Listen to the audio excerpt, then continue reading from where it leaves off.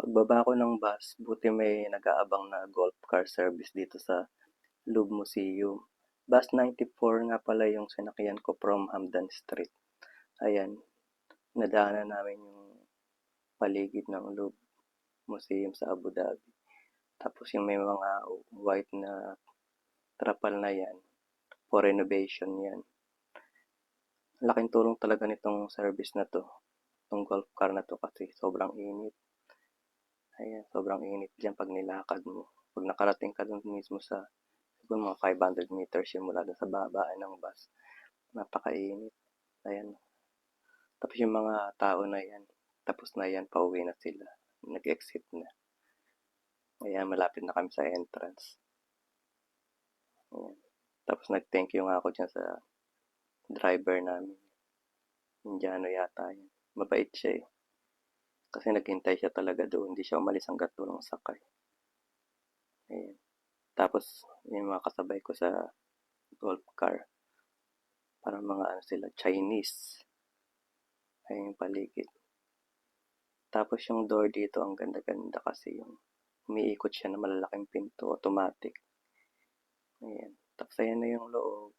Tapos pinuntahan ko yung ano, nakita ko yung miniature ng Louvre Museum. Ayan. Kinuhanan ko talaga detail by detail para maganda siya sa reels. Ayan. Yan yung kabuuan na floating museum na Louvre. Louvre. Ito nga pala yung mga pinakaunang display na bubungad sa iyo. Ayan sa Philippines yan nakuha.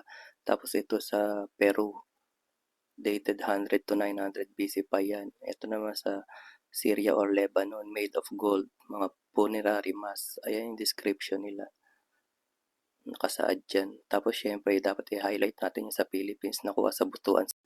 Ito nga pala yung isa sa highlights ng museum. Yung monumental statue with two heads na nakuha sa Jordan in Gazal noong 6500 BCE, before current era or before Christian era. Ayan, kuhanan ko siya detail by detail, pati likod. Katunayan lang na may likas na talento na ang mga sinaunang tao na ginagaya nila yung mga nakikita nila sa paligid nila. Di ba? Nakakamanghang talento ng mga sinaunang tao. Ito yung nakuhang cup doon sa may Camarines Sur. Long time ago. Ayan. Ayan siya.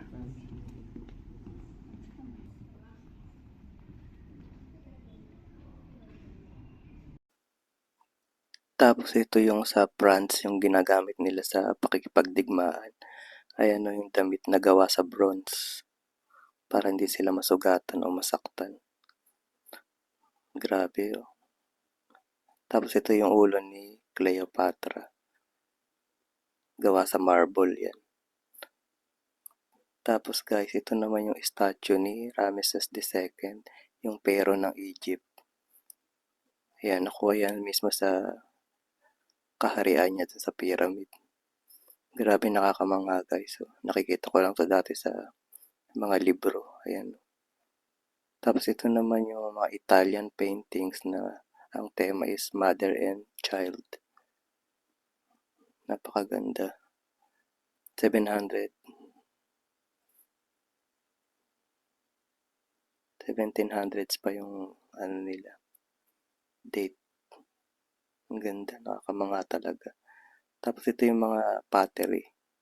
Mga ulo na gawa sa pottery. Ayan. Sa Peru yata ito. Si Big Mouth. Wow! Ang ganda, nakakamangha. Ayan yung mga ulo. Gawa sa clay. Ewan ko kung kanginong ulo naman ito.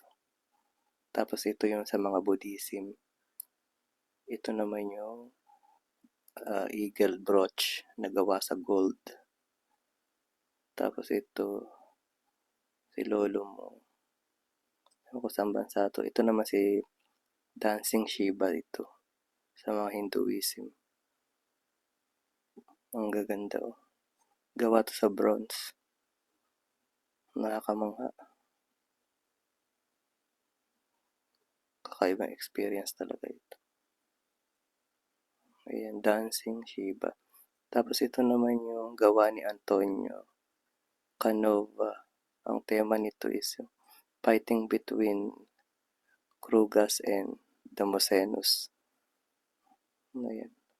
Plaster yung title niya eh. Gawa to sa marble. Ayan. Grabe detalyado talaga yan, guys. Tinan mo naman, may bantay sarado talaga. May security guard sa gilid. Ayun, yung naka-block na yun. Usually, mga Pilipino nandyan eh. Ayan, fight between Krugas and Damosenus. Ano ba itong pinagkakaguluhan dito? Yung kay Leonardo da Vinci, yung Saint John the Baptist.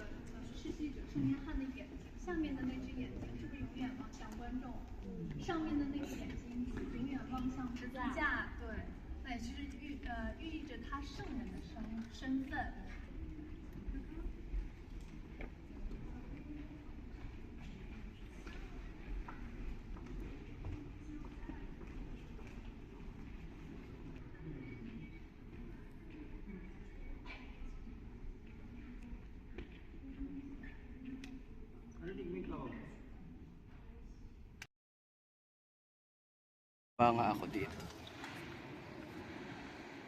Ang ganda eh. Amazing. Amazing views.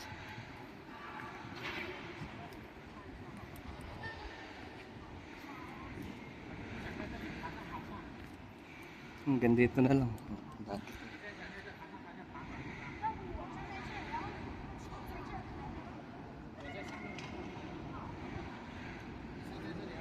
Amazing.